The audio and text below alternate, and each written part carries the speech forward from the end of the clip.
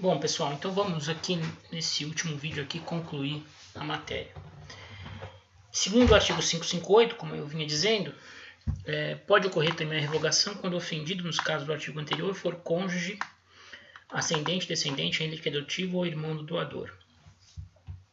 Ou seja, a revogação por ingratidão também pode ser pleiteada pelo doador quando os crimes arrolados nos incisos do artigo 557 tiverem como vítima cônjuge, ascendente, descendente, ainda que adotivo, ou irmão do doador. E às vezes o donatário não se volta diretamente contra o doador, praticando uma dessas condutas reprováveis, criminosas, mas o atinge até de uma maneira mais contundente, vitimando um dos seus entes queridos. E evidentemente que isso também vai caracterizar ingratidão e vai autorizar o manejo da ação revocatória pelo doador. Ok? Então, concluímos aí a análise das causas de ingratidão. Vamos passar então para concluir o tema, falar um pouquinho sobre a ação revocatória. A ação revocatória por ingratidão tem que ser proposta no prazo de 1 ano, né? Segundo o artigo 559. Vamos ler esse artigo 559. A revogação por qualquer desses motivos, os motivos do 557 mais 558, deverá ser pleiteada dentro de 1 ano, a contar de quando chegue ao conhecimento do doador o fato que a autorizar e de ter sido o donatário seu autor. Então, o prazo é prescricional. Há possibilidade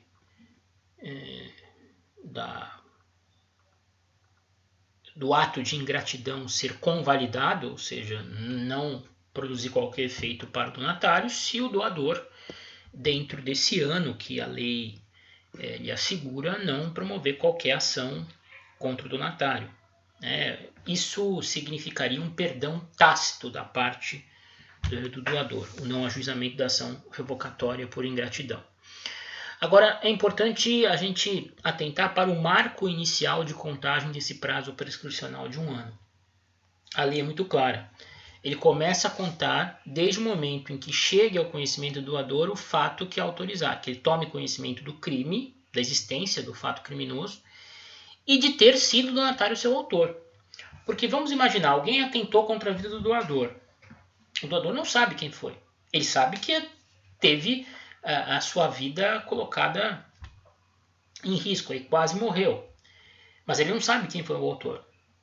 Se instaura uma investigação e se chega à conclusão que o autor foi o donatário. Apenas a partir desse momento em que descobriu-se que foi o donatário o autor do crime, esse fato chegou ao conhecimento do doador, é que vai se contar o prazo de 1 ano.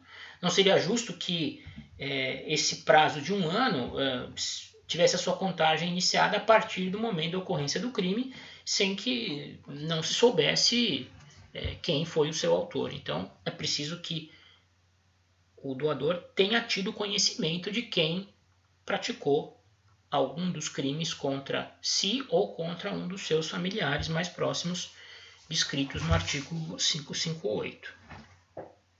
A ação revocatória é uma ação personalíssima, né? Ou seja, o direito de pleitear a revogação ela não se transmite aos herdeiros, principalmente no caso de revogação por ingratidão. Agora, os herdeiros do doador têm direito de prosseguir na ação que por ele já tenha sido iniciada, caso ocorra o seu falecimento no curso do processo. Então, vamos imaginar que o doador foi vítima de uma agressão física praticada pelo donatário, promoveu, dentro do prazo do artigo 559, a competente ação revocatória da doação por ingratidão, e no curso do processo veio a falecer, vitimado aí por um ataque cardíaco. Os herdeiros têm a possibilidade de se habilitar no processo e continuar a ação até a decisão final. A única hipótese em que se admite o ajuizamento direto pelos herdeiros, quebrando assim o caráter personalíssimo da ação revocatória, se dá, como eu adiantei nos vídeos anteriores, naquele caso em que a ingratidão resulta na morte do próprio doador, quando ele é vítima fatal do homicídio praticado pelo donatário. Aplica-se aí o disposto no artigo 561 do Código Civil, né? No caso de homicídio doloso do doador, a ação caberá aos seus herdeiros, exceto se aquele houver perdoado. Então, se porventura o doador morreu instantaneamente, ele foi alvejado por tiros disparados pelo donatário, assim que os herdeiros tomam conhecimento do fato, tem 1 ano para ingressar com ação revocatória por iniciativa autônoma contra o donatário. E isso só ocorre porque, evidentemente, não há como se colher, né, aí o consentimento, né, do doador nesse caso. Né? O doador não teve nem como manifestar sua vontade de ajuizar a ação ou perdoar eventualmente o donatário. Notem que o 561 ele faz ele abre uma brecha aqui, uma exceção na parte final. Ele diz, exceto se aquele houver perdoado. Ou seja, é possível que mesmo nesses casos de homicídio doloso, o doador venha a perdoar expressamente o donatário. São hipóteses raras, evidentemente, mas pode acontecer. O donatário atentou contra a vida do doador, disparou, alvejou o doador com alguns tiros, mas não houve morte instantânea. O doador foi socorrido, foi levado para um hospital, ali permaneceu por alguns dias, mas não resistiu aos ferimentos. E nesse meio tempo em que permaneceu no hospital, ele pode ter perdoado na frente de testemunhas, ou mesmo através de uma carta escrita à mão, sei lá, de qualquer outra maneira, o donatário. É uma situação rara, mas o donatário pode provar isso em juízo, né, se for demandado pelos filhos do doador, nessa hipótese aí de homicídio, tá certo? Para concluir, o artigo 563, que diz o seguinte: a revogação por ingratidão não prejudica os direitos adquiridos por terceiros, nem obriga o donatário a restituir os frutos percebidos antes da citação válida, mas sujeita-o a pagar os posteriores, e quando não possa restituir em espécie as coisas doadas, a indenizá-la pelo meio termo do seu valor. Aqui nós temos o caso do donatário já ter se desfeito do bem recebido através da liberalidade feita pelo doador. Então, se porventura ele já ao tempo da revogação por ingratidão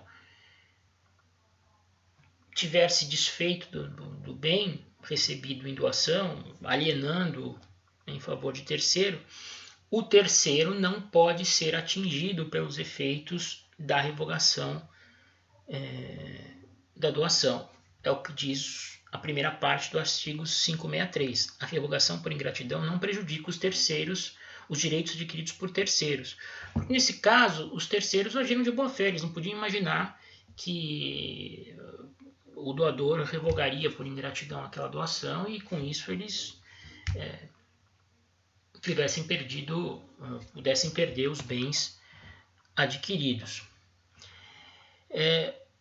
Na segunda parte, o legislador fala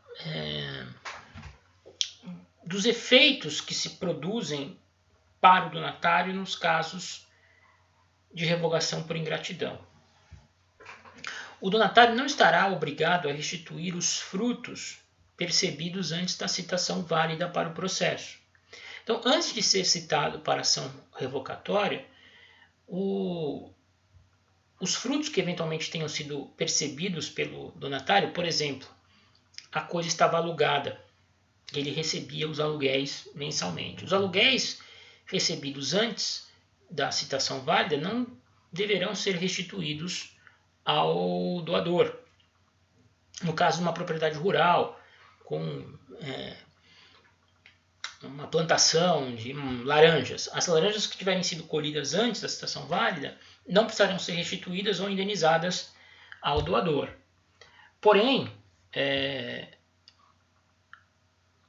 está sujeito o donatário a pagar os frutos posteriores à citação válida e, quando não puder restituir em espécie as coisas doadas, terá de indenizá-las pelo meio termo do seu valor. Então, se porventura o imóvel objeto da doação, posteriormente revogada por ingratidão, estiver alugado, todos os aluguéis que houverem sido recebidos pelo donatário após a citação, ainda no curso do processo, terão que ser restituídos ao final ao doador, porque a citação ela desfaz a boa-fé, ela inverte. A partir do momento em que o donatário é citado numa ação revogatória por ingratidão, ele toma conhecimento de que existe um problema em relação à coisa e que ele poderá ter de devolvê-la ao final do processo. A partir daí cessa a boa-fé, vocês vão entender isso mais para frente no ano que vem, e ele fica obrigado a restituir todos os frutos que eventualmente tenha recebido. Se ele não puder restituir em espécie, por exemplo, no caso de bens perecíveis, frutas, no caso de uma propriedade rural, ele vai indenizar pelo meio termo do valor. Né? Vai se fazer uma avaliação inicial e o meio termo de valor encontrado vai servir de parâmetro para a fixação da indenização. Bom, enfim, hoje ficou um pouco longo, mas conseguimos concluir definitivamente e com algum detalhamento essa parte da revogação da doação por ingratidão, tá certo? Então, agora, quarta-feira, nossa prova. Amanhã, durante a aula, eu passo um áudio explicando tudo que vai acontecer, relembrando todo o nosso rito aí de prova, o trabalho que vai precisar ser apresentado, enfim, tudo. Espero que vocês fiquem bem, estudem e tenham um excelente resultado na prova. Um abraço.